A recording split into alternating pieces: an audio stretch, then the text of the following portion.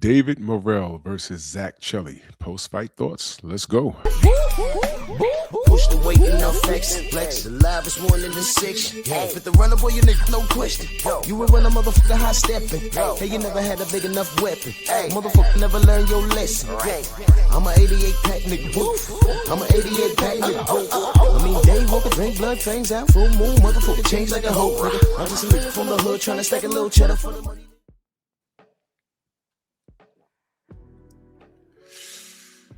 Drew Titan, Bronx on deck. Shout out to the mighty LDBC. Whoa. Okay. This was a bit of an upset in my book. But was it? I'd be lying to you if I told you exactly who Zak Chelli was.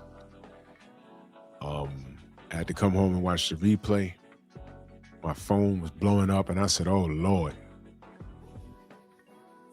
And I just watched the fight in its entirety. Wow.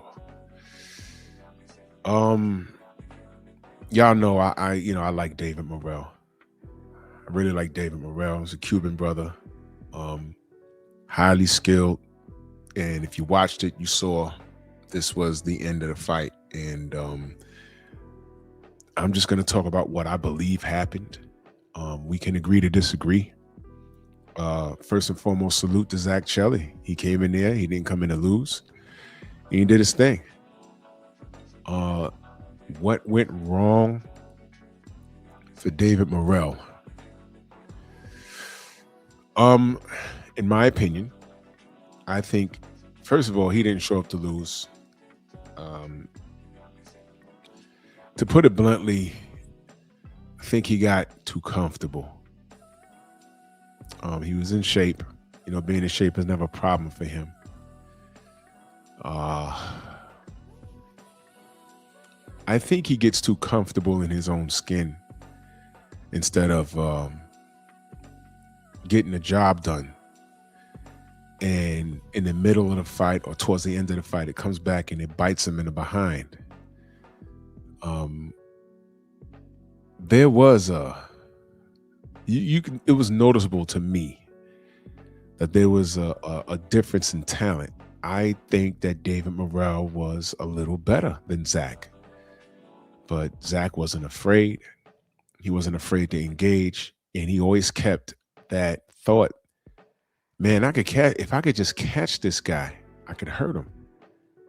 And I'll be damned, that's what he did. And this is not the first time I saw David Morrell almost fumble a fight.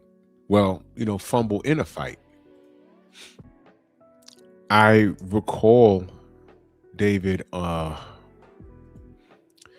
he fought, what was this? One of these Russian dudes. Right there in, it's right here in Queens, actually. In I think it was on the undercard of Hamza Shiraz and Edgar Berlanga. He fought a guy by the name of Imam Kataev.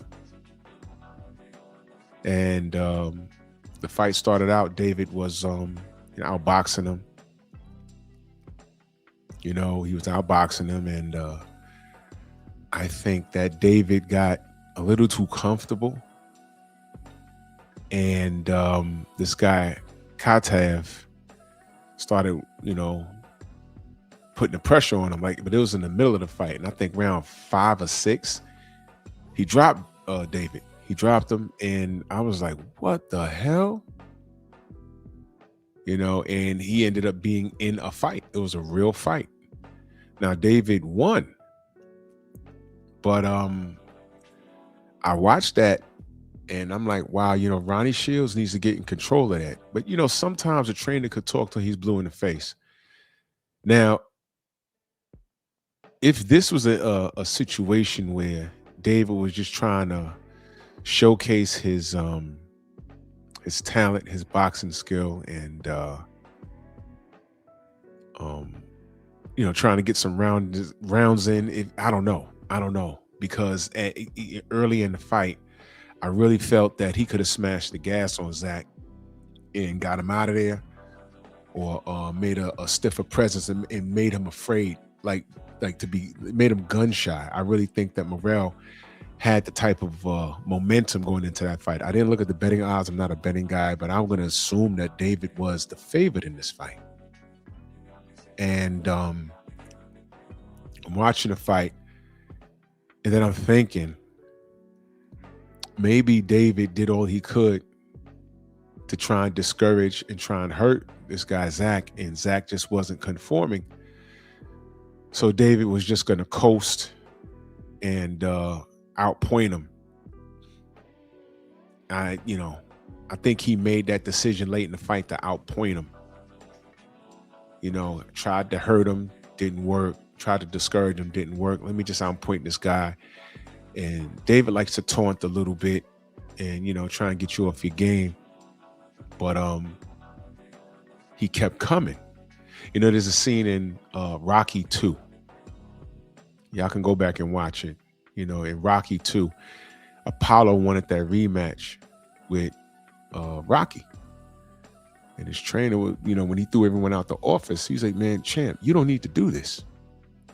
And, Apollo was like, no, of course I need to do this. I'm better than him. And on paper, Apollo had everything was in his favor, but there was something about Rocky. And when his trainer asked him, forgive me, I can't remember his trainer's name in the movie. He said, well, what is your problem, man? I could beat this guy. And he looked around, he said, champ, he kept coming. Meaning no matter what he did, no matter how many jabs he landed, no matter how many right hands he landed, no matter how many body shots he landed, no matter how many times he knocked Rocky down, Rocky kept coming. And it ended up being a recipe for disaster for Apollo. And if y'all know the series, the series. Zak Chelli, there was no quitting him. There was no quit. And David, maybe I got to watch it again. I don't think Zak set any traps. I think David made some defensive mistakes down the stretch. And Zak, he kept that pop the whole fight. And that's always a problem with guys like this. You can outpoint them and be well ahead on the cards. And then if they conserve enough energy or they just have that natural ability and they catch you one good time, we've seen David hurt. We've seen him down in the previous fight against Kataev. Go watch that fight if you missed it. And David fought himself back. That was good to see. In this instance, this guy didn't take his foot off the gas and he hurt David late. And I had David ahead, and this is boxing, y'all. Things like this just happen. Things like this just happen. I'm not educated on Zak Chelli. Y'all can educate me if you want. I know Morrell is going to want this back. I like to see it. I like to see the adjustments he makes. I would like for him to be more defensively sound. The skill set is there. But down the stretch, sometimes he doesn't do the best job defensively. And he's a victim of his own circumstance. Not to take away from Zak. Zak did what he was supposed to do. But I think this was more, not more, I'm going to say a majority of this, because again, I don't want to discredit Zak at all. Majority, I would say 60-40, with 60 being David dropping the ball late in the fight. I think that's fair to say. Because David made some defensive mistakes down the stretch that, he's not supposed to be doing on this level. And you see the result, but I believe David will bounce back. I still support him. And if they can run this back, I'd like to see it. But, I'm glad David's okay. And salute to Zak Chelli. Let's not discredit him. He came in there and did his thing. And ladies and gentlemen, this is the sport. This is boxing. You never know what's going to happen until they get in the ring and fight. Don't always say that. You think your guy is the best guy? If he has a couple of contemporaries, you say he beats them. All I say is, let's see it. That's all I ever say. So, y'all let me know what y'all think, man. Bronx on deck. Move!